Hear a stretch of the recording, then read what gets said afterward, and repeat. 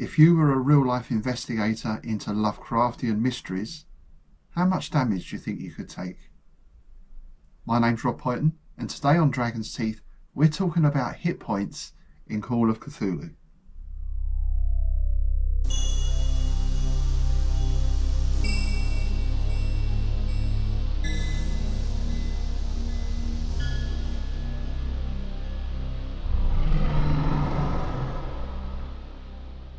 So we all know what hit points are, right? These represent the health of our characters or the amount of damage they can take. And I guess they came in with Dungeons and Dragons. And certainly every game I've played, to the best of my knowledge, every RPG uses hit points in one form or another. I can't think that I've played any game that doesn't. If you do know of any, I'd be very interested to hear. I'm guessing that hit points came about because Dungeons and Dragons evolved or developed from wargame rules, chainmail wargame rules, if I'm not mistaken. And of course in wargames, well, there'll be a variety of ways this is done, but generally a unit will have a particular attack factor and a defense factor, and these are compared, various modifications taken into account, and the dice are rolled to see how much damage or how many casualties are inflicted. If we look at something like more modern warfare, if we've got tanks involved, then usually a tank or an AFV will have an armor value and a gun will have a penetration value, and again the two will be matched and so on.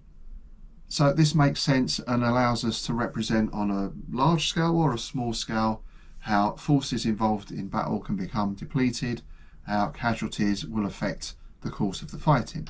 Call of Cthulhu RPG, which I think came out in 1981, I think it was, so not long after D&D, follows the same convention, of course. Player characters have hit points, and the beings and entities and creatures they encounter also have hit points as well. I started recently playing Call of Cthulhu again, 7th edition, down at Bedford Gladiators Club on a Monday, and a few things happened that sort of sparked a memory for me of back in the day, particularly when I was running Call of Cthulhu games and campaigns, and it was around the idea of how should we view hit points in Call of Cthulhu, what do we think they represent, how best to use them in a game, and are there any ways we could change them to suit our style of play.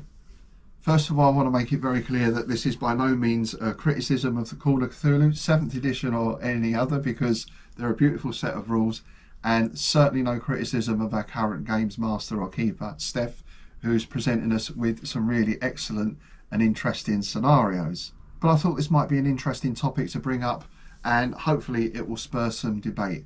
I had a look around and there's a lot of talk about this in Dungeons and Dragons, but I've not been able to find any real discussion online of it in Call of Cthulhu, but perhaps it is out there somewhere. So do let me know if you've seen that. Or of course I'll be very interested to hear your own ideas. Now let's just reference Dungeons and Dragons again, because although it uses hit points, it uses them in quite a different way. As we progress in D&D, as we go up the levels, of course our hit points increase. So we might start off as a fighter with 7 hit points. By the time we get to 4th, 5th, 6th level, that's going to be going up quite a bit. I mean, I remember having characters with like 80 hit points, 100 hit points, this sort of thing. Now, this in itself becomes a subject of debate in D&D, because it is entirely possible, for example, for 2 characters to jump into a stream of molten lava and take, let's say, 40 points of damage, and if one is low level, that character is fried to a crisp, gone. The other character, who has maybe got 80 hit points, can sort of swim about a bit and then jump out. They've lost some hit points, but they're fine. So that's the nature of the debate in D&D, is what hit points actually represent. Do they represent damage, or do they represent this overall feeling of life force or health or vitality? Just the fact that if you're experienced, you're tougher to kill, and so on. Now, we can say that Call of Cthulhu in that sense is already more realistic, because your hit points don't change. There's no level progression. Yes, you can improve your skills, of course, but you can't really make yourself tougher. You know, you can't make yourself particularly stronger or anything else. Your attributes are what you have, and that's it from the start. Now, before we go on any further, I thought it might be useful just to give you a little bit about my background, so perhaps you can see where I'm coming from on this. In terms of gaming, if you haven't seen the channel before, I've been wargaming since the sort of mid-70s, started with tabletop gaming, got into D&D in the late 70s, then Call of Cthulhu and all the other RPGs, of course. Dropped out of gaming for a while, and as I said, recently started again, RPGs, tabletop, and board games, etc, etc. So I'm reasonably experienced in RPGs, tabletop gaming and the like. Alongside that, I've been training in martial arts since I was about 6 or 7, and for the past, well, 30 years or so, I've been a professional full-time martial arts instructor. I've had the privilege to train under and to teach many different types of people in that time, including some very experienced military people. So I think it's fair to say that I know about damage and the human body. I know how strong the human body can be, but also know how fragile it can be as well. And as far as Lovecraftian nasties go, well, it's less relevant perhaps, but I've been a Lovecraft fan again since the early 70s really. And at present I'm one of the co-hosts of the Innsmouth Book Club and also a co-organiser of the Innsmouth Literary Festival. So again, I'm well aware of the sort of damage that Lovecraftian monstrosities can do, not only to the body but also to the mind, of course. I think it's perfectly fair to say that when we first started playing Call of Cthulhu, we were fresh from D&D. We were young, we were impressionable, we were naive. So certainly those first sessions were quite D&D-ish in nature. And I think maybe some of the earliest scenarios reflected that a little bit. There was a lot of investigating caves and old houses and cellars, that sort of thing. However, as scenarios progressed and as we progressed with gamers, that gradually began to change. And I think another big change in our approach to gaming also came through Vampire the Masquerade, which came out a few years later, which of course is much more character driven. I've not looked at that for a long time, so I can't remember exactly how the hit points work, but in my memory it was a very similar kind of setup. Back to more recent times and playing COC again. So I had a character who had 8 hit points, a young, reasonably healthy man, but with 8 hit points I found it a real struggle to survive, and in fact eventually I was killed by having a hand-to-hand with this big burly guy who hit me a couple of times, and that was it. I was gone. So, so you might say part of this is sour grapes at my character being killed, which is perfectly reasonable. I'll take that, but hopefully that does also lead us on to an interesting discussion. Now, of course, one of the first things people are going to say is, yeah, but Call of Cthulhu, it's all about investigation, isn't it? You spend a lot of time in libraries, researching in musty old tomes and trying to piece together all these clues and find out what's happening, though it's usually better not to know. Well, yes, it is, that's all true, but having said that, almost every Call of Cthulhu scenario that I've played finishes with some sort of confrontation. That might be in some hidden temple somewhere, it might be on a rocky outcrop, there's some sort of ritual going on, something is being summoned, something's breaking through, there's something nasty in the cellar, and normally I find that at some point you have to deal with that face to face. And of course, being well versed in Cthulhian lore, as it were, I'm perfectly happy with the fact that if a player character goes unarmed up against a deep one, for example, or even something like a ghoul, you're going to have a hard time surviving. You know, probably one slash of the claws and one bite, and that's pretty much it. If you think about the damage that just a dog can do to a person, I guess with a ghoul you scale that up 3 times, and that's the sort of challenge you're looking at. And when we think about it, ghouls and deep ones, that's pretty low level stuff, right, as far as the Cthulhu mythos is concerned. But what I found in playing again, and maybe it's just the particular scenarios we've run through, is that most of our casualties have been down to interacting with humans. And again, this is not really a problem. A shotgun is a shotgun. Doesn't matter who's wielding it or who's firing it. If you stand in front of a shotgun at close range, you're going to end up a mess, right? So that's fine. I did attend the Dragon Meat convention down in London a week or so back, and while I was there I had a chance to have a quick chat with Mike Mason and Paul Fricker of Chaosium, and we spoke about this very subject, and they gave me some interesting points, some interesting ideas, which I'll come to later on. I attended Dragon Meat gaming convention down in London last Saturday, and while I was there I got the chance to have a chat with Mike Mason and Paul Fricker of Chaosium, who are of course the people responsible for Call of Cthulhu 7th edition. If you want to see more of them, by the way, do please check out their Eldridge Stories YouTube channel. They've got some excellent short stories up on that, and also some chats about sort of Lovecraft related topics. And also fairly recently they've been on the Innsmouth Book Club as well. They both came in for a chat with me and Tim, so check those out as well. One idea that they mentioned was this concept of non-lethal damage. So this allows, for example, for a player character to be beaten up.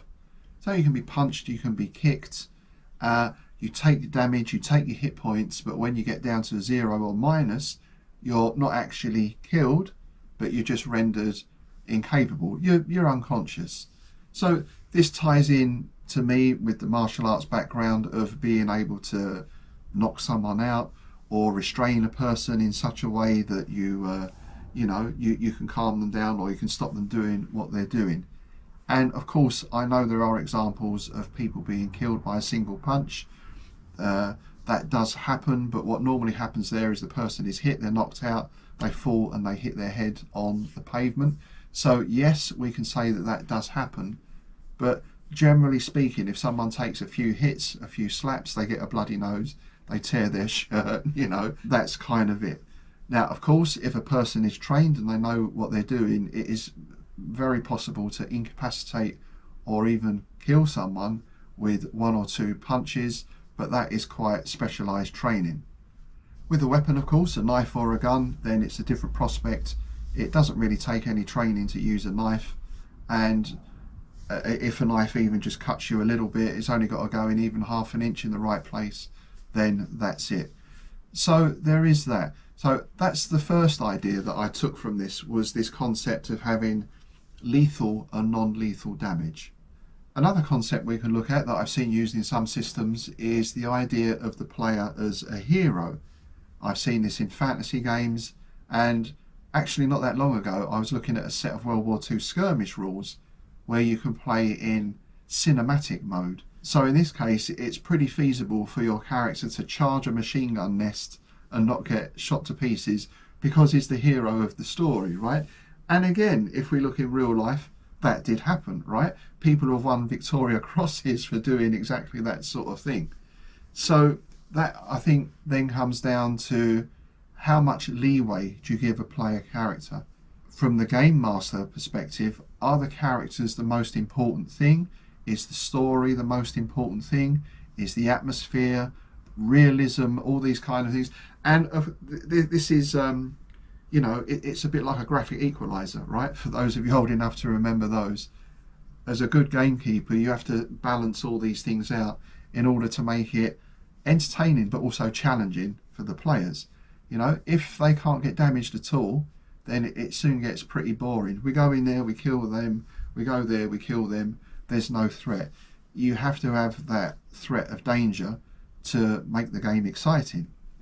And incidentally, just on that point, having been involved in martial arts and seeing certain things and hearing things from people more experienced than myself, and I'm sure everyone watching is the same, real life violence is horrible. I mean, it's sickening. Yet we all seem to have this enjoyment of violence as entertainment in one form or another, whether it's through watching film or whether it's through playing games. There's an undeniable excitement or frisson in experiencing this confrontation in an abstract way, right? That's what it seems to me. That's perhaps one of the reasons we do gaming. Anyway, that is another topic. Perhaps another option then is to be very specific when it comes to combat, to our fighting. So this might mean, for example, If a player character can creep up on someone and hit them on the back of the head with a sledgehammer, if it's a human, then you might roll for damage. But what if you only do, say, 2 points of damage? I don't know. Let's say whatever the minimum is for that. You've got no bonuses for strength or anything else. Now, you might say, yeah, that's how the rules work.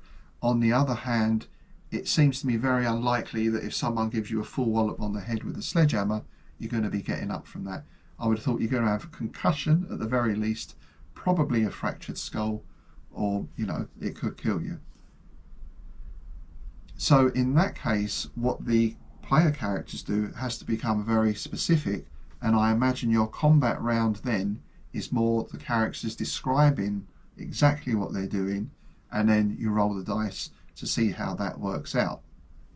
Now the reverse of that, of course, is do you then apply that to the player characters as well? So if we go back to our ghoul, rather than a roll of dice to hit, and we roll the dice, say, yeah, you've taken 5 points of damage. If the ghoul has fastened its jaws around your throat and does that, you're instantly dead. There's no need to roll for hit points. It's torn your throat out. That then brings us back to this idea of it's very, very difficult to survive. And maybe it should be if you're fighting a ghoul. As I said, if you get toe to toe with one, then, you know, that's maybe down to your bad judgment. So another option there perhaps is to keep that idea for the player characters, but not for those things that are attacking the player characters. You can use the conventional hit points perhaps. That still potentially leaves you leeway, and I think most keepers will do this anyway. It's not just a case of crossing off some points, it's a case of saying, right, your arm is now out of action, your elbow has been broken or something like that, so you can't use that arm, you've got to shoot with your other hand. I find that sort of thing already goes on anyway. And of course, all of this, as Mike and Paul rightly pointed out as well, is down to how you interpret the rules and what sort of game you want to play. That then leads us on to this other idea, which is that we do away with hit points altogether, maybe just for player characters, maybe for the creatures, maybe for both. And we just work on this idea of wounds or damage taken without really formally noting anything down. So we get into a fight with some cultists. One of them draws a knife and he slashes out and he cuts your arm. So, you know, the player characters again might have taken 4 hit points of damage, or 6 or 1 or whatever it is, but you disregard that and you say, right, you've got a bit of a cut on the arm, there's blood running down your arm, you're not going to bleed to death, it's not particularly deep, but it's uncomfortable. You might feel a little bit woozy after a while if you're not used to that sort of thing. Who is? So again, the emphasis there is more on role playing rather than dice rolling. I don't know if this would be more or less work for the games keeper. Again, so you have to keep some sort of track of a character's health level, right? But I guess it's easy to note down that you've taken a cut to the arm, or you've got a black eye, or whatever it is. Of course, going against that idea is that people like rolling dice, right? We were playing it was actually a tabletop war game the other week, and the combat was worked out very mathematically. It was just one single dice roll, even though we were using big units of ancient Greek troops. And a couple of the guys said, oh, I only get to roll 1 dice, and then you sit there and work all that out. People like getting a big handful of dice and rolling them, you know, seems to be part of the fun. So again, maybe that sort of approach is not for everyone. However, for me, if it goes too far the other way, then we can get into a sort of situation where if we put it in that perspective of World War II I was talking about earlier with the AFVs. So let's say we've got a Tiger tank and it's got 100 hit points, right? You give the Tiger tank 100 hit points and I'm shooting at it with a pistol that does 1d4 damage. Now, if I can stand there for long enough and I've got enough ammunition and I blast away and I blast away and I blast away, after about, say, maybe 30-40 hits, the tank is destroyed. Of course, there's no way, it's pretty inconceivable that with a pistol you could do anything to a Tiger tank other than chip the paintwork. I mean, maybe if you got right up close to it and opened the fuel cap and fired in, I don't know, maybe there's something, but that's not really the same as this sort of chipping away of hit points, which to me is a bit of how that D&D approach works, right? You're fighting some huge, let's say a hill giant or something, and it's got 60 hit points, and you'll get around it and you stabby, stabby, stab, stabby, stab, stab, and eventually you wear it down, wear it down, wear it down until it's gone. Now, of course, you can get critical rolls and fumbles and that sort of stuff as well, which is something else I'm going to leave for the moment as far as Call of Cthulhu goes. But it is that idea of whittling away, whittling away. I don't think you really get that so much in Call of Cthulhu. Again, I think in that sense it's more realistic, because if you come across something that's got that many hit points, let's say a Shoggoth, for example, then chances are half of your party is going to go mad anyway, and it doesn't really matter what damage you do, how much you whittle it away, it's likely just going to regenerate, and by the time you get even close to doing any damage to it, you're probably gone. So again, I can accept that in Call of Cthulhu. If you're up against something like that, you've got to look at other means of defeating it, which again is part of the appeal of the game. Anyway, I think I've rambled on enough, so I'm going to wrap up there. As I say, this really was to stir debate. I'll be very interested to hear people's different thoughts, different views on this. Do you think the hit point system needs changing? Do you think you can do away with it altogether? Do you think it's all fine the way it is? And of course, the beauty of Call of Cthulhu and all the other good RPG systems is that we can tweak, we can adjust, we can get the game running to our particular tastes, to what we enjoy, to what our players enjoy. And that isn't set in stone either, because sometimes, you know, we all like a game of just blasting at stuff, right? And other times we want a bit more thought involved, a bit more strategy perhaps, or we want to feel that we're pitting our wits against someone or something and trying desperately to save the world. Anyway, that's it for now. Thanks for listening. I'd be very interested to hear your thoughts and views on that. And please don't forget to check out Eldritch Stories. I'll put the link below. And do pop over and have a look at the Innsmouth Book Club as well. Thanks for watching. As always, if you're enjoying the channel, please like, share and subscribe. And I'll see you soon.